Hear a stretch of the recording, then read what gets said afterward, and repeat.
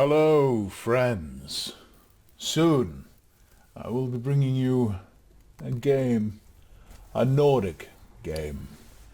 In preparation for this, I thought I would tell you a tale, a story of the old gods.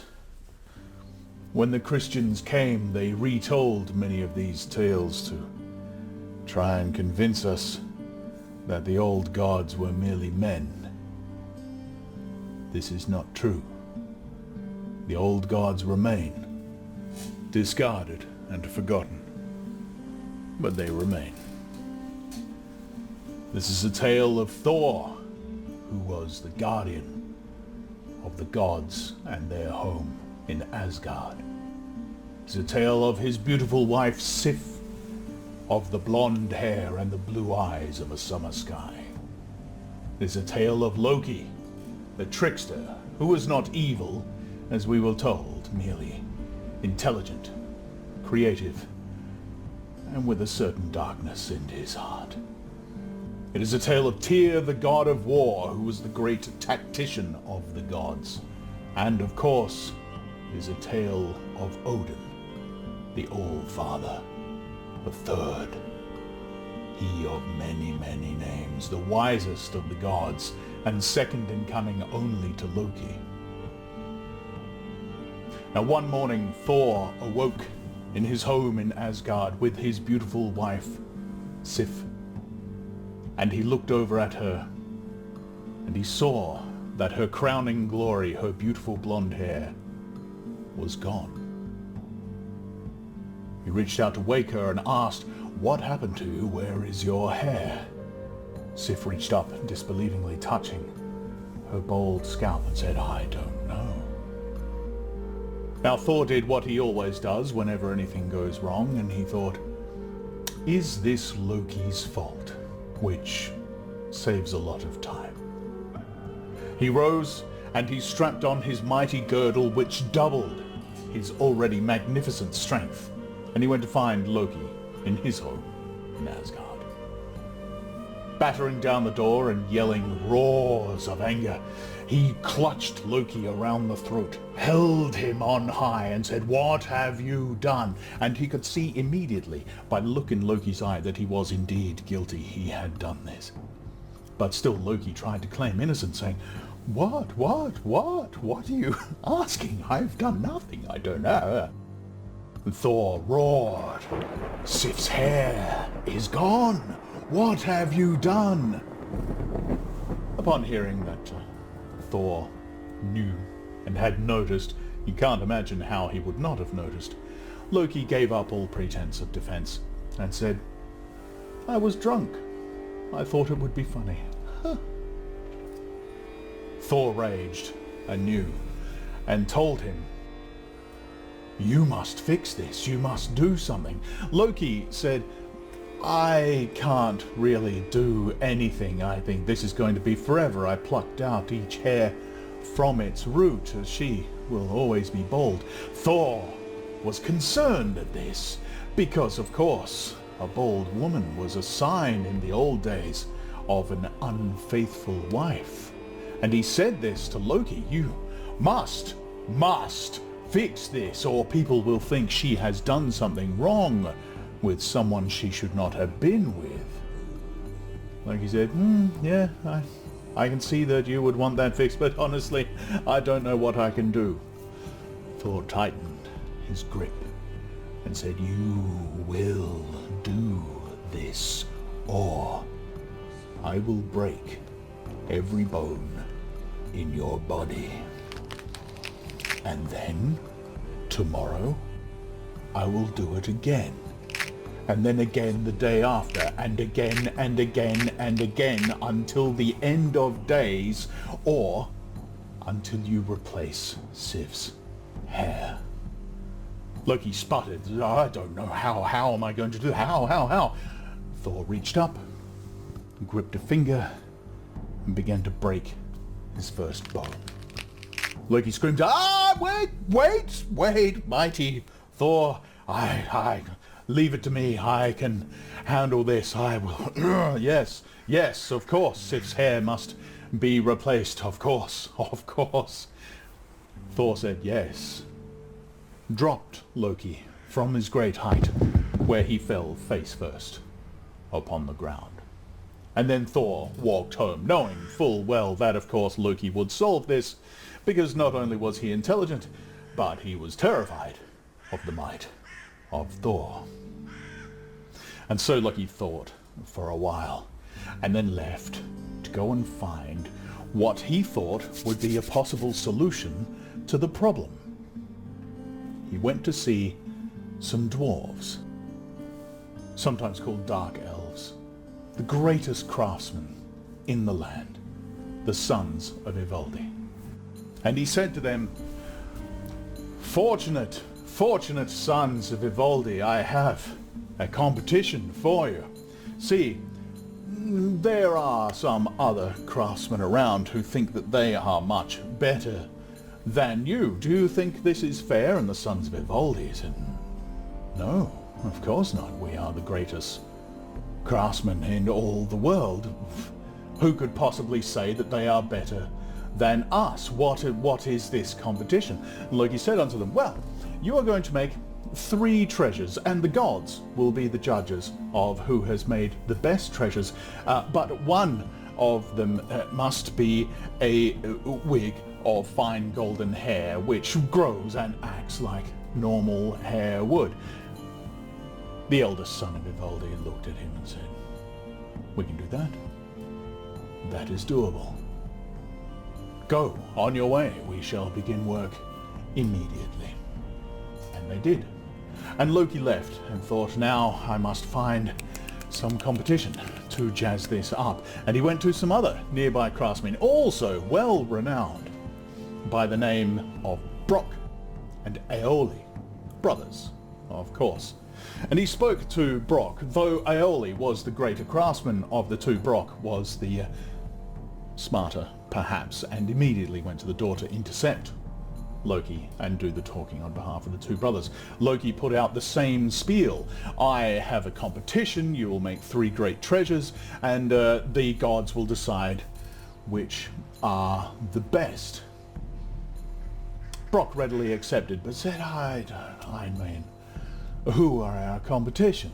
The sons of Ivaldi, they are nothing. I would not trust them to fix an old broken kettle. This is not going to be a competition. Surely something else must go on the line, or we are not interested in this.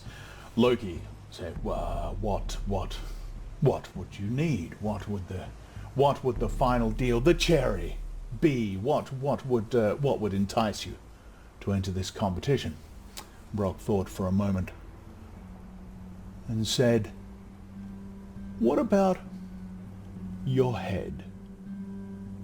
If we win, we get to take your head. I'm sure Aeoli could turn it into something wonderful, perhaps a thinking machine, since your cunning is known to all the world, or a doorstop, maybe.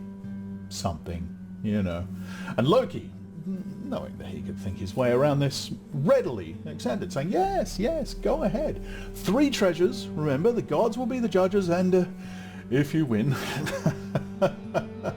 you can have my head. And he disappeared. Soon after he left, though, he began to worry. What if Brock and Aeoli actually did win? What if they beat the brothers Ivaldi? The brothers Ivaldi were known as great craftsmen, but so was Aeoli. So he thought, I know what I'll do. I'll cheat. Yes. Now, back in the forge of Brock and Aeoli, Aeoli prepared and thought. He gathered materials and he decided what he was going to make. And then he told Brock, you must get on the bellows, and mind you keep the temperature steady all the way through. This is very delicate work. If any fluctuation in temperature could be the end of any of these pieces, you need, no matter what, to keep the air steady, keep the temperature steady. Steady. Brock agreed. No problem. He got onto the bellows and began pumping them with a steady rhythm keep the coals at a steady temperature. Steady. Aeoli began work on his first piece. In through the window flew a large black fly, the biggest you have ever seen. This fly was, of course, Loki, well known to have the ability to take other shapes and forms, as you would hear in many other stories. But in this one, he did take the form of that large black fly in order to distract the brothers from making these perfect treasures for the gods.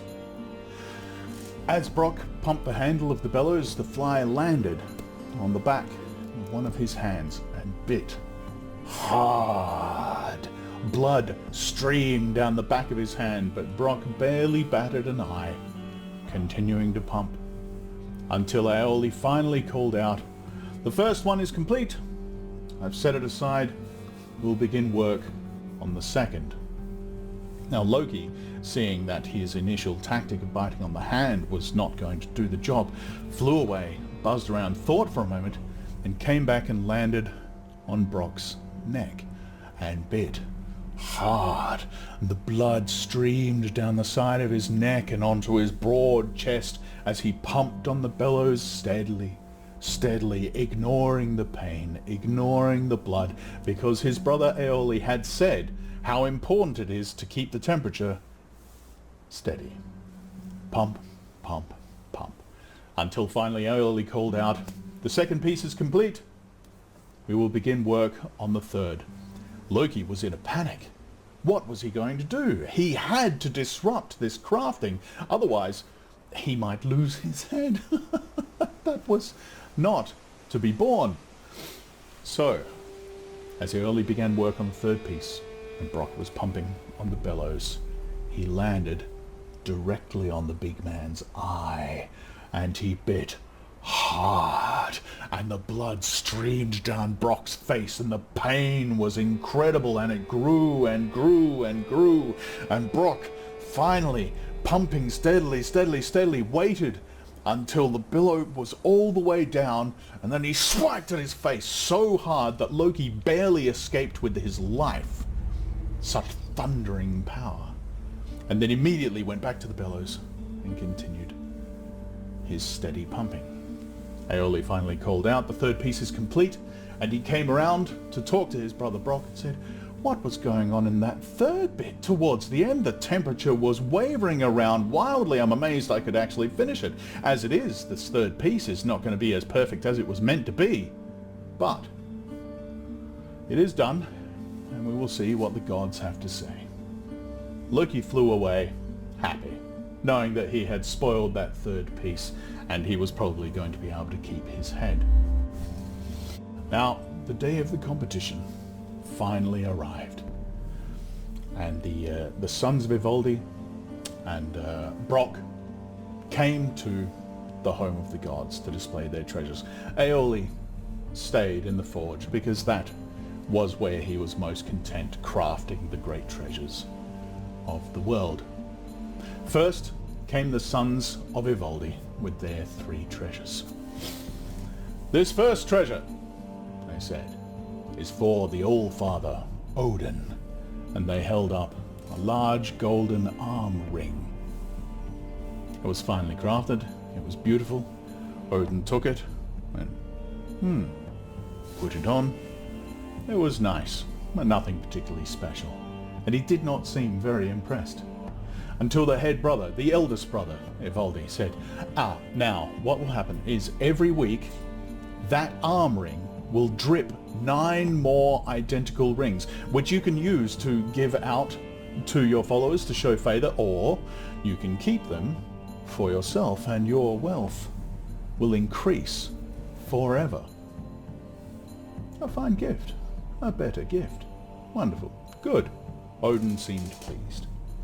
And now, for the second great treasure, they brought forth what looked like a small piece of fabric, folded into squares. They placed it on a table before Tyr, the god of war, who seemed very unimpressed. He had plenty of handkerchiefs. He did not really need another one. He looked at the sons of Ivaldi and said, what is this?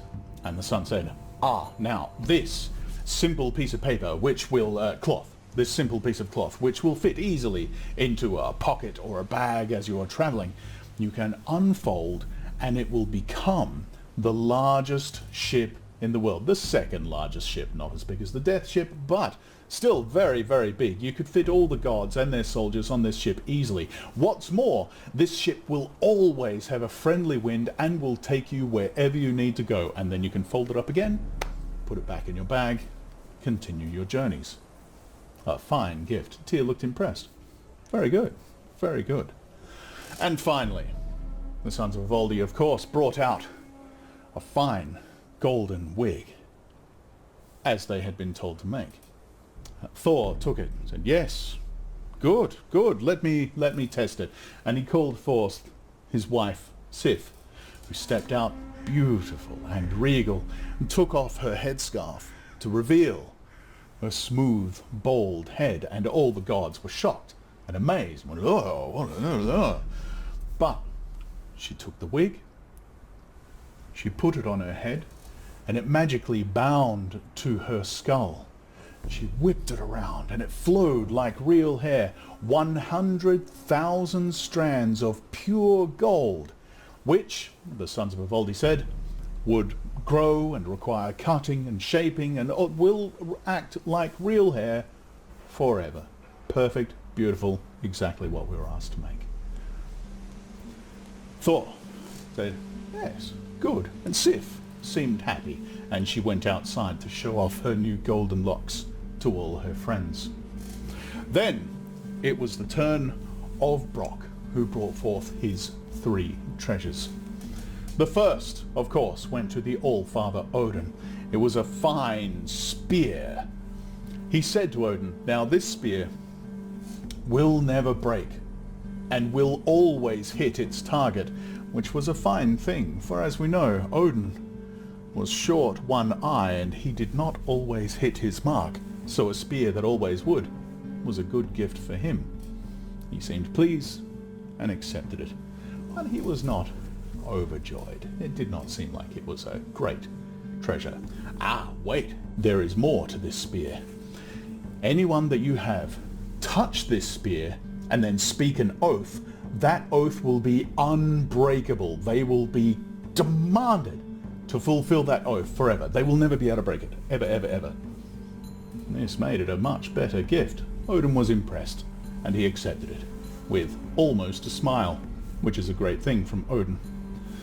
The second gift they brought forth was a large golden boar. What is this? He pulled it out and placed it before Tyr and said, now, this boar will take your chariot behind it, and it will fly over sea or land as fast or faster than even the fastest ship could ever go. What's more, it will light up so that you can see even in the darkest darkness. A fine gift. Tyr was very impressed. This, if anything, was even better than the boat, and in the combination the two meant that he could go anywhere in the blink of an eye. Fantastic. He was very, very happy with that. Then it was time for the third and final gift. Brock brought forth a small hammer and placed it before Thor. Thor looked at it, unimpressed. It's a bit small, don't you think, for a war hammer, whose haft is usually very long, a two-handed weapon. Bang! Yes, said Brock. There was an issue, unfortunately, during its forging, brushing his swollen eye with its near open wound on it, and his hugely misshapen neck, and the sore on the back of his hand where the flies had bit 3 times. But it is still a great gift, mighty Thor, he said. First, this hammer is unbreakable. It will never shatter, which in itself was a great gift for mighty Thor, who was so strong he had already broken many, many weapons, usually by getting extremely angry and throwing them at things which would not break, like mountains. He was very, very strong, but not the smartest god ever seen. Second, this hammer, when thrown, will never ever miss its target. Fine, excellent, good, good, good. Again, Thor had wasted a great many weapons in the past by throwing them at things and missing and watching them soar off. Miles and miles, never to be seen again. Thirdly, said Brock, this hammer, no matter how far or hard you throw it, will always return to your hand. You will never lose this weapon. Wonderful, said Thor, and he took it up anew and gazed at it in wonder and said, I will call it Mjolnir. This will be my fine weapon. And Brock said, yes, I am sorry that the haft was shortened. Unfortunately, that was my fault. That was my fault. I was bitten by a particularly large fly, he said, throwing a dark, burning glance at Loki. And I was unable to keep the temperature steady in the forge. It was meant to have a long handle, but unfortunately it is now short. That is nothing, said Thor. It is, after all, a minor issue with this fine hammer. And the other gods crowded round to look at the mighty Mjolnir. I said, yes, this is fine. The giants would do well to fear Thor when he holds this weapon. He will be able to defend Asgard with ease with this fine thing in his hands. And it was true. And then it came to Odin to be the judge of the competition. Who would win? The first 3 gifts were good. The second 3 gifts were magnificent. It seemed easily that Brock and Aeoli were going to win, and the sons of Ivaldi would go home with the taint of failure on their minds. Loki could see this, and he said, oh, wait, that spear, mighty Allfather, it will never miss. No one will be able to break an oath when they're holding it. And Odin said, yes, that's very good, but that hammer, that will keep us all safe forever. Loki said, oh, what about the ship that could take us all to wherever we need to go? And Odin said, yes, that's very, very good, but we really won't need to go anywhere. Our home is no longer in danger thanks to that wonderful hammer. And finally, Loki, seeing that he was not going to be able to change Odin's mind, appealed to Thor, said, but look, your wife has her fine hair back. And Thor said, yes, my wife's hair is very nice. Look at this hammer. It's so... I can't wait to smash something with it. Loki saw that all was for naught. And indeed, Odin called the winner, Brock and Aeoli, for their crafting of the greatest treasures of the gods. Brock turned with a smile on his face to Loki and said, and now we must fulfill our last part of this competition, must we not, friend Loki? Odin said, what is this? And Brock said, well, in order to get us to enter this competition, Loki put his head on the line, and now that we have won, I will take it. And so saying, he pulled out a huge knife, finely crafted, as you would expect from these brothers, and he stalked towards Loki with death in his eyes. Loki said, wait. Now, you have said that you will take my head, and I have agreed, but we didn't say anything about the neck. You're not allowed to take any neck at all, just the head. This made Brock pause. For how could you take someone's head without taking at least some of their neck? It was impossible. Well, this is not fair, he said. You made a deal, fair and square. We must have something for our pains. Odin agreed and said, yes, you must have something. But what? Brock approached Loki, put away his knife and said, I have the perfect thing. And he took out a fine needle with sinew behind it, and he stuck it into Loki's face and he sewed his lips shut. Loki was stunned and miserable, for a god like Loki, who loved to talk so much, the pain of having his face stitched was second to having his lips sewn shut. So there you go. That is the story of how the gods got their greatest treasures. There are many more stories. I hope this has gotten you in the mood. Look forward to our upcoming game. I hope you enjoyed that one. I have, of course, read many other stories, some novels, some short stories, and they're all available for you on this page. Feel free to hunt them down. If you've enjoyed this, please do the like and share and comment and subscribe and all that stuff. And we'll be back with more soon. And until then, have a good one.